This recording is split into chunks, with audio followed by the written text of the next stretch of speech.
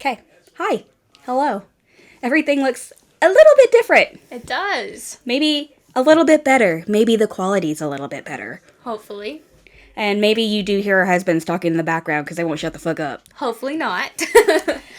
But today is episode 2, presented by our lovely co-host, Courtney. Tell us what your episode is about.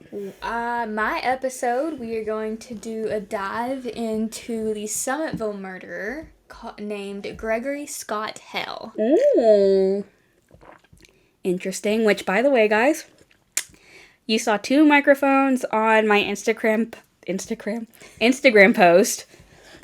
And there's only one today because apparently MacBook doesn't have a USB port. Yes, I had to buy a USB adapter to plug into the charging port, and I left it at home. So, oops. Next episode, there will be 2 mics that were featured on Instagram. Yes, so for this episode, you may want to turn your volume up, maybe. We're trying to speak a little bit louder so you can hear us. Mm-hmm. Also, this may or may not be coffee in this cup.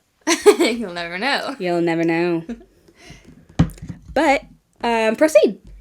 Okay, well, we are going to talk about the Summitville murderer. He wasn't given a name like the Night Stalker or anything like that, thankfully. There's no name that made him sound cool. This happened in Summitville, Tennessee. It's near Manchester. In that area, it's Middle Tennessee. And we'll just go ahead and dive right in. I'll just go ahead and put a reminder that we're new at this. We're not top-notch at research yet, so if anything's forgotten or misspoken or anything like that, just know that we will get better and hang tight with us, and that this is all new to us as it's new to you. So, let's jump right in. This murder happened on June 6, 2014 in Summitville. Oh, that's like not too long ago. No, not too crazy long. I think that was like my freshman year of high school. It was... No, you were in middle school. Yeah, I was in, well, we didn't have middle school where I'm from, so I was still in elementary school, technically. Whoa, what? Yeah. Okay, no, I was 13. Wait. No, I was 12. This was before my birthday. I was 12. Wait. Oh my god, wait, I forgot. I'm like 4 years older than you. Yeah, no, I was, in high school. Yeah, I was baby. But June 6, 2014, I'll go ahead and put out there, he was arrested 2 days later. He wasn't the most smart. Gregory Scott Hale, most people call him Scott. He always went by Scott from what I've seen. Throughout the season, he actually worked at a haunted house in Manchester.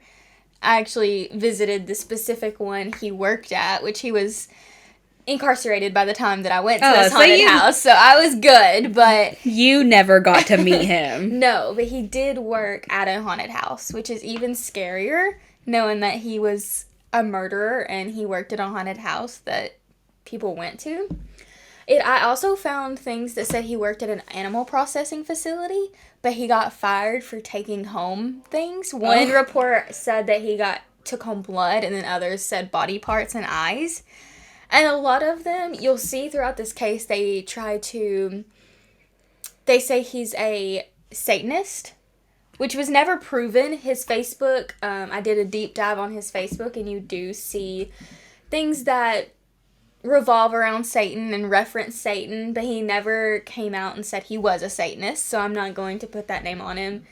But he was a Satanist as far as the reports say, so... They tacked it on there that he got fired from the animal processing center because he was taking home body parts for a satanic ritual. Okay, but... It's the media.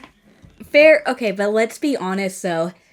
Had a bunch of our vet tech students from our program worked there, they would have also taken stuff home. Because I definitely I would have wanted a skull. Yes. Absolutely. I can absolutely see, being from Tennessee and more in the country region of Tennessee, you do see a lot of hunters, and even if you're not a hunter, have a collection of skulls and hides and stuff like that, you know. they made him seem, by his Facebook, he knew he was weird. Yeah. He claimed to be weird. He was very much into metal and heavy rock music, and he didn't fit these standard social norms, and he knew that. Right. But, like, you know, that if you like those things, that doesn't mean that you're weird or a serial killer. Yes. They're just, like, stuff that's out of, like, the regular social norm. Yeah. I mean, because I'm definitely a metalhead. I mean... And that doesn't make you a murderer. No. But the media definitely construes that after somebody did murder somebody. They're like, oh, he liked heavy metal. Oh, no. Video games cause violence. It's just like, no, dude, I was so happy when I got to pet the dog in Valhalla. Yeah. Like, that shit made me so happy. Exactly. So, on June 6th, a woman named Lisa Ryder from Pikeville, I'll also go ahead and say he was 37 at the time of his murder. And the woman, I seen it multiple different ways because, you know, news outlets in small town aren't the most reliable. But Lisa Ryder called her ex-husband of 6 years to come pick her up. And I seen it both ways. He either couldn't come pick her up or was on the way when she met Scott. And by all accounts, she had met him that day. And he said, you know, I'll give you a ride. I think the report said this was at like 2:30 in the evening, so it wasn't, you know, wee hours of the morning or anything. Right. She was a mother of 6, and she had also been recently diagnosed with ovarian cancer. Oh, that sucks. And by a lot of accounts, her family did say she did have an alcoholism problem. So he gives her a ride. She takes it because her ex-husband isn't there or wasn't coming, but seen it both ways. And they went back to his house, Scott Hale's house, that he shared with his parents. And it said that his parents were at a different location at the time, so they were not home. And he says that he picked her up, he gave her a ride, they went back to his house, parents weren't home, they had a sexual encounter, and they were both drunk or drinking, and then he murdered her and dismembered her. Reports say that he cut off her head, her hands, and her feet. Oh, what the fuck? Yes. Very, very brutal. So he just decided to cut off, like, the most distal portions of her body? Yes. And allegedly, reports say that he admitted to eating parts of her. Girl, you only spit this alcohol out on this table. What? Yes. Did they say what parts? No, you can't find that anywhere. I don't want to know. Yeah, me neither. It just references his court documents that I could not access. So they had it closed off. Yes. The records are not posted. You can go and find what he was arrested for, and there are counts of first-degree murder that he pled guilty for. He also had a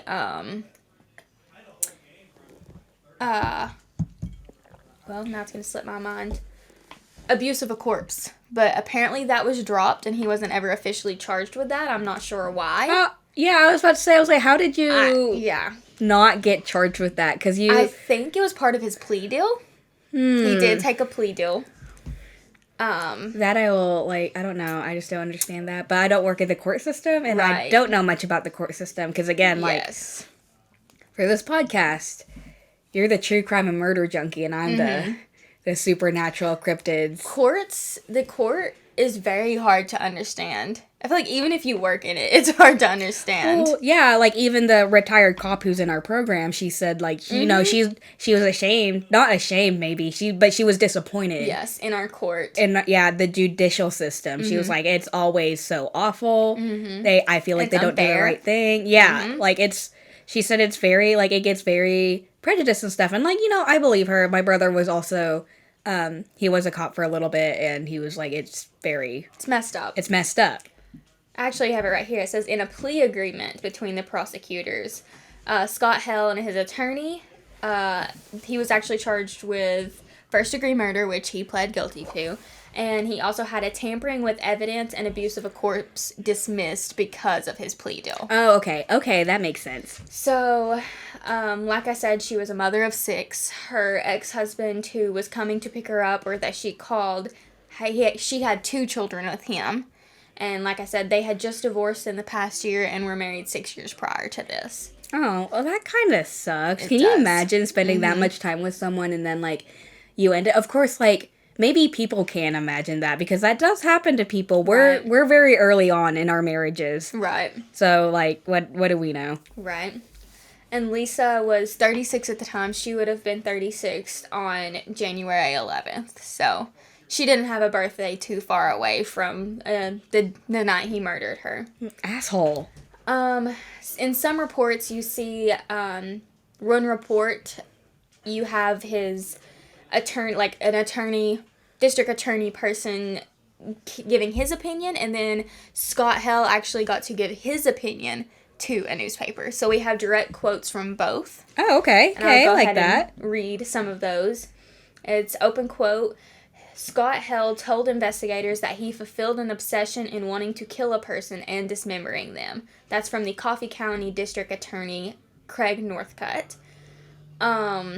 Then switching over to the second article that I'm going to reference, Hale took an issue with Northcutt so freely exploiting my case. By saying he wanted to fulfill an obsession to kill and dismember a person because of my Facebook page. Well, so, like, what do you have to post on your Facebook for people to say that you filled an obsession? You know what I mean? Like, we will get into that. I did a deep dive on his Instagram, or his Facebook. I actually found it. I actually think that's really cool, because a lot of times, like, you get articles and, like, allegations and stuff, but you never really get to deep dive into, like, a Facebook page. Yes. So his Facebook is public? His Facebook is public. Okay. His last posts are in 2014. All right. Because he was incarcerated.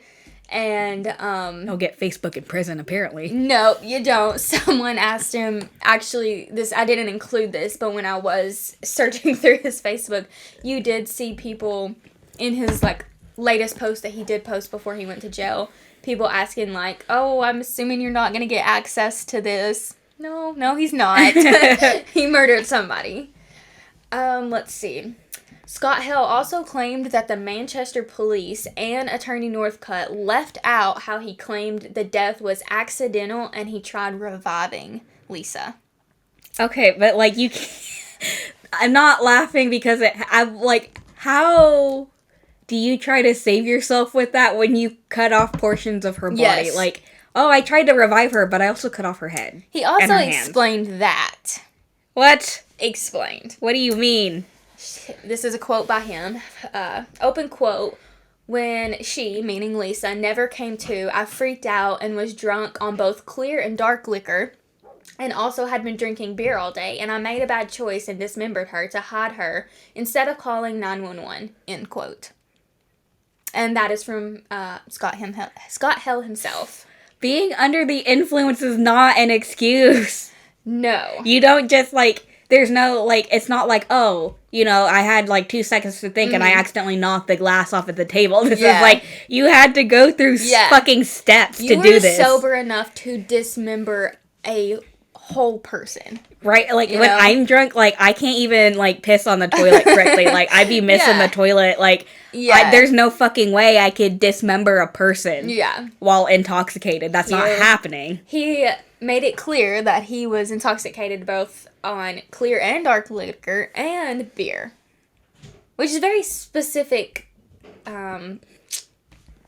It's very specific to put in there. I mean, I guess he was just saying that. Yeah. So, like, he was like, I was really drunk. Yeah, he mixed a bunch of stuff. If you were that drunk, you'd be on your fucking ass. Yeah. You know what I mean? You wouldn't be dismembering people, you know? That's like, you know, you're vomiting in the toilet, like, having that conversation, like, hey, God, it's me again. Like, this fucking sucks. Like, but you can't use that as an excuse. That's a poor excuse. He took a mother of 6, her life.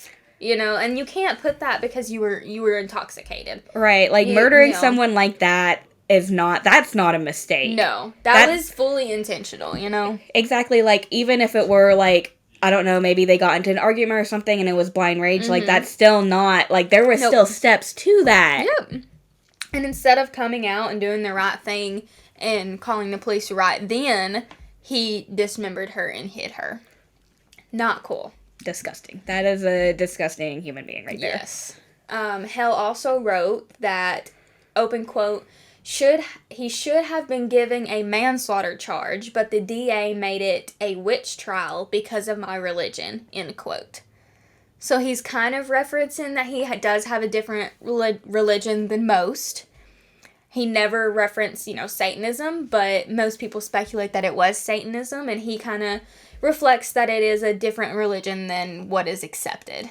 What bothers me with that is, like, it just feels like when they make those quotes, they disregard the fact that, like, he fucking murdered someone, and they're like, this is prejudice against his religion and stuff. I was like, that, disregard that, like, he fucking killed someone, you took a human life, and it didn't matter if you were on this end of the spectrum with religion or this end, you still killed somebody. Yeah, and you ended a life, you, like, left 6 children motherless. 6 babies. You took their mother away. Like, that's fucking hard. Like, why isn't mommy coming home? Because some dude decided, like, that he just wanted to get some sort of, like, sick fulfillment. Exactly. I don't know. I mean, he argued against fulfillment, but still, like, the fuck do you get out of that?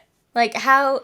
And the thing that bothers me is he never come out... He just said it was accidental. He never tried... Instead of, like, putting the specific details on what you drunk, why don't you put the specific details on how it was an accident? You know? Right. Not like, I drank clear and dark liquor. No, tell me how it was an accident instead of just brushing over that it was accidental, you know? Right. Because you can't just, like... You can't just say, like, it was a lot of alcohol and just assume that people are going to think it was a mistake. Exactly. That wasn't a mistake, dude. And this sounds really gross, but I know how hard it is to cut a head off. Not that I've cut a person's head off, but when you work in vet med, you do have to cut dogs' heads off. Yeah. To send them off for rabies testing. Exactly. Because that's the only way you can get that. And it's not a pleasant thing to do. Like, I hate it. It's just, honestly... And he did this while so intoxicated. The sound is disgusting. The blood is disgusting. I can't stomach that, and I don't understand how people get a sick fulfillment doing it to other human beings. Absolutely not. Another report said that after Northcutt, the DA, he told the judge that after obtaining permission to search the residence and property, officers discovered a burned torso with the hands and feet and head cut off. The body parts were found in buckets near a burn pit. So not only did he dismember her, he was trying to completely get rid of the evidence. Wait, but he left the other parts in a bucket. Yes, near the burn pit. So he maybe had stuff to do with those later. Oh, God. Oh. Also, according to the district attorney, the woman's heart was also found in the neighbor's yard. Oh, he took her heart out. I only seen that in one report, so I'm not going to say that is true or that is false, but that is what one report said. Okay. So, it also was reported that he went to his neighbor. One said for a shovel to bury whatever was left, and another said he went to his neighbor for help. Either way, the neighbor got word to the police that there may have been a possible murder. He did the right thing, or she did the right thing, and said, hey, my neighbor is being really sketchy, like he needs a shovel or he needs help. And there's something going on. We need to either give him a shovel or help. Yeah, one of the two, but I think he killed somebody. So they did the right thing, and they told. This is the snitches get stitches. Like, if this happens, you need to say something. Absolutely. See something, say something. The only time I would be like, maybe not, is like, if my life was in danger from that, but I guess this person knew him well enough to be like, that nothing's gonna come back at me. And like I said earlier, he was arrested 2 days later, so this was like a fast, like, they found what they needed and they got him. Well, let's be honest, he didn't really hide the evidence very well. No, he was not, this was not a well thought out, and they do say, like, if he would have took some more time, and this is sad, but if he would have took some more time and thought this out, he would have killed more people. Let's be honest about it. So is his body count like one? Is it just... It's one. What, just one person? Just one. But I know I say just one, and some people get offended by that, but, like, thank God he didn't hurt other people. Exactly. It's still sad that he hurt the one. Absolutely. But it could have been more. And if he would have got away with it, I fully believe that it would have been more than just one. And not just one as in that's a small number, because that was still a mother and, you know, a daughter and, you know, a person. But he was very dangerous. Right. We will get into Facebook. Facebook posts. So a lot of the things you will find about him will reference him loving the Night Stalker. And at first, going through his Facebook, yes. This is one of the reasons they definitely think, that he would have had a higher count, was because of Richard Ramirez, the Night Stalker. He looked up to the Night Stalker? He did. And at first I was like, okay, now they're just, you know, like, someone who does enjoy true crime, you know, I kind of at first thought this was them also pinning on him like they did, like, the heavy metal and stuff like this, but then I got into his Facebook and I was like, oh, they were being serious. He truly, like, it will make your stomach turn the way he did look up to him. That's awful. Yes. So before we get into that, I'm going to read you some of his Facebook posts. His pastes. Gross. His Facebook page posts that I found very strange. Okay. All right. Let's hear it. I'm so ready to spit out more wine on this table. And, you know, I fully, I love memes. You are one of my best sources of memes on Facebook. I am your friendly neighborhood meme lord. Exactly. And what he posted, I'm like, okay, this could be, some of the things he posted, this could be taken of like, okay, he just posts memes. It's not. It's disturbing. Not? Okay. So we'll get into those. So one of the posts that he made said, this was something that was shared. You know, like you share a post and there it is. He shared one that said, I quote, I hug the people I hate, so I know how big to dig the hole in my backyard. Which doesn't seem like a huge, like, problem. Like, yeah. But when you add it with the comments and the other things he posts, it's a problem. I mean, like, I occasionally share stuff like that, right. But, like, it's not... Right. It's not, it's just memes. But yeah. This, someone, I'm not going to name anyone else, but someone commented and said, not in the yard, LOL. And he replied back, Hale replied back, and I quote, you're right, ...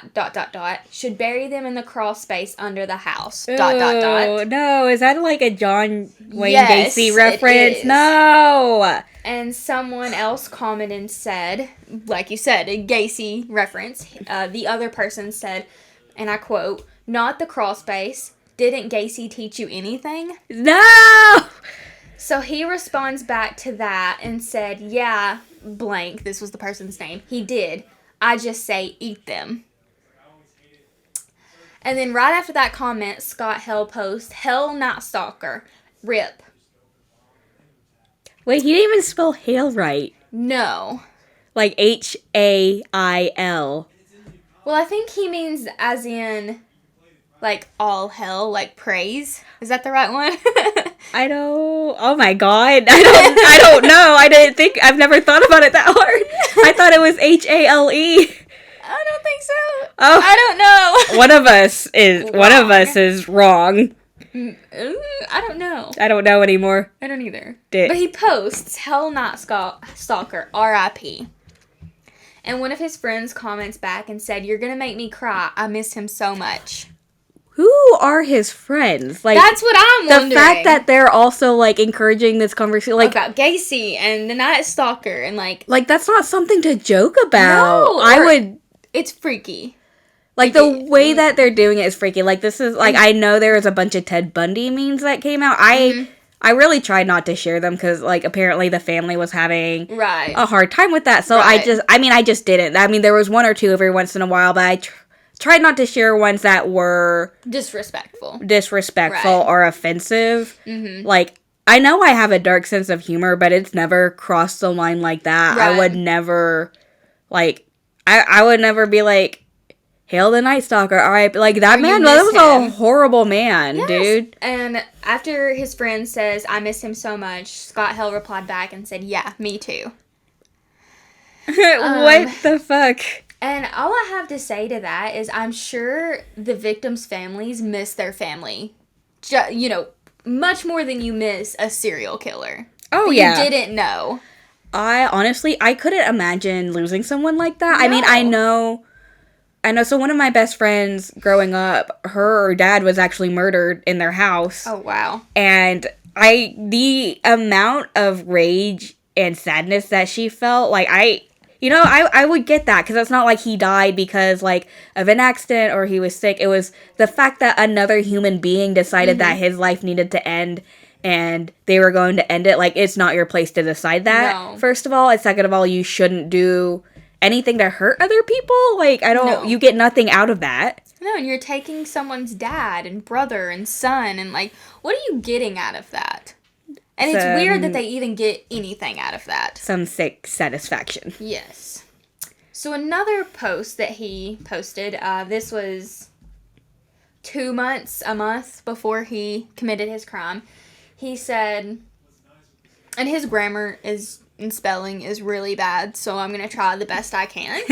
But, open quote, I was thinking today and wondered if someone was to become a cannibal and eat a vegetarian, would the vegetarian taste like that fake soy meat like they got in some fast food places, end quote. I mean, like, I'm not gonna lie, I've definitely thought about that too, but, like, not in the creepy way he was thinking. Right, not in the way that you will see his posts just are very, very strange. And, like, that is strange. But at the same time, though, I only think about that because in high school we did, it's called Show Team, and it does FFA. Mm-hmm. It's Feature Farmers of America, but it does 4-H stuff and all that. Right. And we raised a steer, and we learned that depending on what kind of feed you feed the cattle, it tastes different. So sometimes if they wanted the meat to be sweeter, they would throw a shit ton of M&Ms in their feed. Which I don't think cows are supposed to be eating M&Ms, but their life, if they're planning on, eating him, like, they're not very long anyways. Right. Which is kind of fucked up, but, like, that fact that he also did that was that's fucked up. Yeah. Okay, so this post came first, and it's talking about when Richard Ramirez passed away, the Night Stalker. Scott Hale reposted his just the post about the Night Stalker dying, and he types and says, R.I.P. Night Stalker, wish I could have met you. And just 2 months later, he posts one about the Night Stalker dying again, and he says, R.I.P. friend. Oh, yes, no. So that's where the posts are coming from as far as his Facebook idolizing, Richard Ramirez. It was very messed up. He did get a life sentence. Good, but I don't know. What do you think is worse? Do you think the death penalty is worse, or do you think rotting in prison is worse? I don't know. Worse. I think that really solely based off the person. I guess you're right. I'm also like... Which is worse to them is... Right, but I'm partial to, like... Because sometimes I'm just like, yeah, give him the death sentence. Like, he's such an awful person. But at the same time, there's so many people on death row who didn't actually do it, and then they die. So, like, they can't even defend themselves. Right. Like, that's pretty fucked up. We know for sure that he did it. For sure. For sure. For sure. They definitely had all the evidence, and he did plead guilty, which sometimes they plead guilty without ever doing it, but he's for sure guilty. But he was eventually moved from county jail to Tennessee State Prison, and he will, his life sentence. That's until his he home rots. now. Yes. Yep. I hope he drops the soap. Yes. But, that's basically all I have on Hale. He was a very messed up, sick individual. He gave a woman a ride, and she never came home to her 6 babies. That's awful. I will add, in most reports I read, her ex-husband says that he does have forgiveness in his heart for him. But her family has come out and said, I think it was her dad saying that he could never forgive him. That's the thing about forgiveness, like, Yep. because we talked about that in therapy, and, like, I'm not gonna lie, I know people are like, you gotta forgive them. You don't have to forgive anyone. You don't have to forgive shit. Right. And as the last that I read, her dad was very... Of course, they were all heartbroken. Right. But her dad was very adamant on, there's no forgiveness here. Like, he deserves the worst sentencing he can get. And I agree with that. I also agree with that. Like, you only forgive someone for you. Right. And if forgiving them doesn't do anything for you, you don't have to do it. Absolutely not. Like, because I'm going to be honest, I don't think I'd forgive him either. No. If I was in his shoes and it was anybody that I cared about, I don't think I could find forgiveness. Not for, maybe never, but maybe, if for sure, not in a very, very long time. Right, because there was a whole thought process, Absolutely. to that.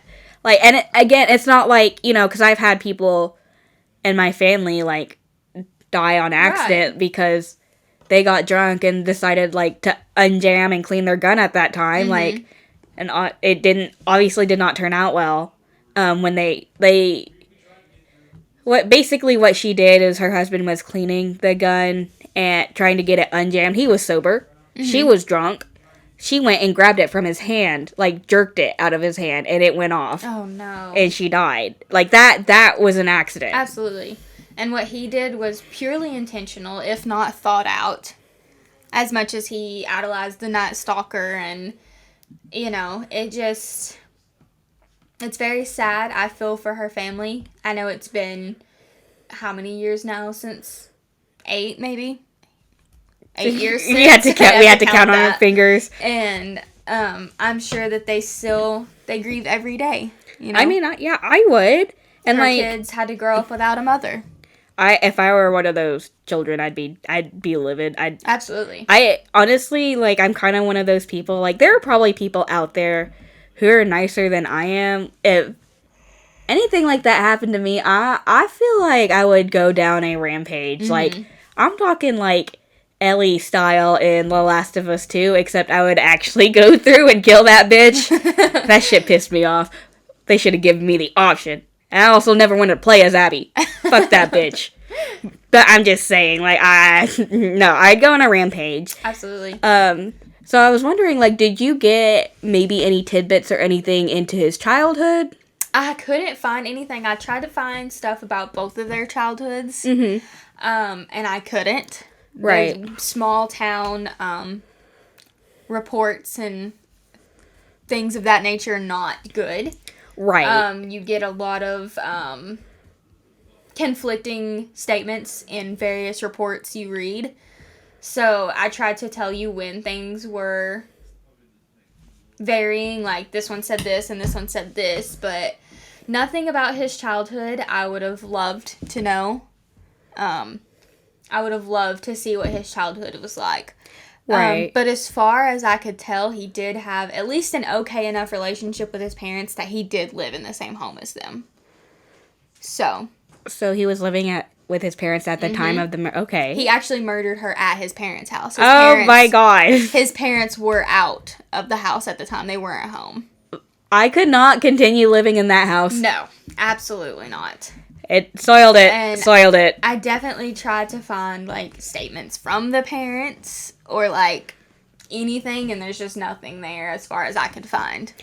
Right. I'm just curious. Like, I wonder if there was a switch, because I ask my husband this all the time. It's like, do you think that people like this, like, quote-unquote evil people, do they have a whole villain arc, or were they born evil? Right. Like, did something in his life happen to make him evil? We know it wasn't the heavy metal. That doesn't make people evil. Right. It doesn't mean you're evil. We know it wasn't... I don't know. Working at the haunted house didn't make him evil. That may have fed his... sick satisfaction of watching other people be terrified. Yes. But, you just wonder what happened. What went wrong? Right. And that's such a hard thing to answer. Like, because, you look back at Hitler's history and you're like, he wasn't born evil. But if his parents had known what he would have done in the future, would they have, like, taken him off the census? I don't know. It's such a hard thing to say. Like, some people online, I know I'm laughing. I shouldn't be laughing at this. But some people online were just like, if his art teacher had just told him he wasn't shitty at art, maybe this would not have happened. Right. You but see that a lot. Things happen. And, like, we never know. Like, our fates aren't strung by, like, these 3 weird ladies with a bunch of strings. They're not strung by the fates. They're not strung by the Norns. We don't actually know anything. We are just little specks of dust in the universe. And we're just here. I need to stop talking before I give myself an existential crisis. I don't know how to say it. I also drank that whole mug of wine. It was supposed to be coffee, but I was feeling some wine. But that is all for today. So our next episode is going to be me. Again, we are going to delve into the world of online cryptids and lores. I'm excited for this one. Yes, so basically, are they real? Did we believe them into existence? We don't know. We'll talk about it in the next episode. Bye! Bye, guys!